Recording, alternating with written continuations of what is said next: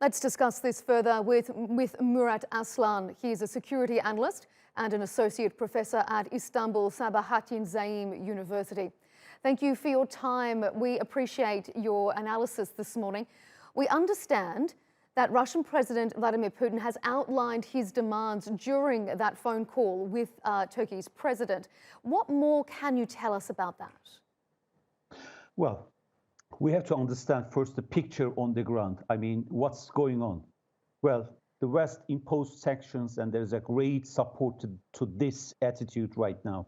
On the other hand, militarily, Russia is not advancing that fast because we see the same map in the net that Russia is in the same lines for at least a week. And there are more images in the social media that Russian troops are being either hit or somehow ambushed. So in this case, Russia reassess the situation continuously. And politically, they have to have a type of exit just to discuss if they had to stop or continue.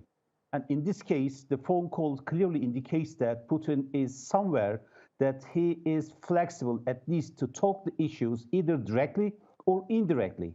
And currently, the latest talk with Erdogan clearly proves that he prefers an indirect method to have a touch with the Ukraine leadership.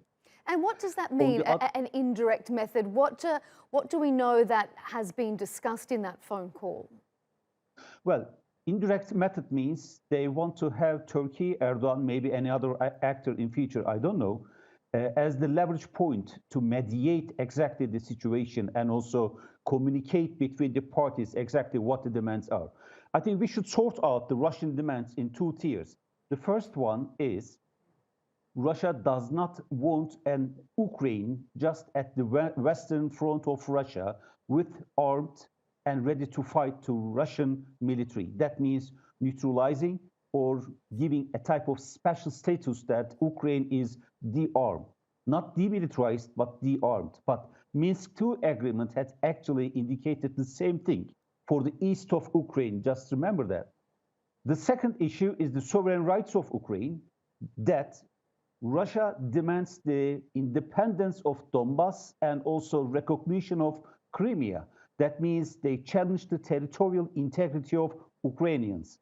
So in this picture, if Ukrainian leadership says yes, and I don't think that they will accept sovereignty as a type of leverage point for any further discussion, then they may talk. Otherwise, this war continues as we are witnessing right now. Murat, it does seem like this phone conversation between the leaders of Turkey and Russia did get a little bit further than other diplomatic efforts.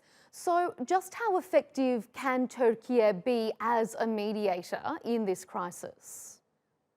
Well, clearly the phone call itself is a signature because Putin called Erdogan and just exchanged views. That means he is positive in communicating, not closed. And this gives a type of, privilege to Turkish leadership that they can go further and further and, maybe facilitate talks. Well, they can start at technical level and it has already started.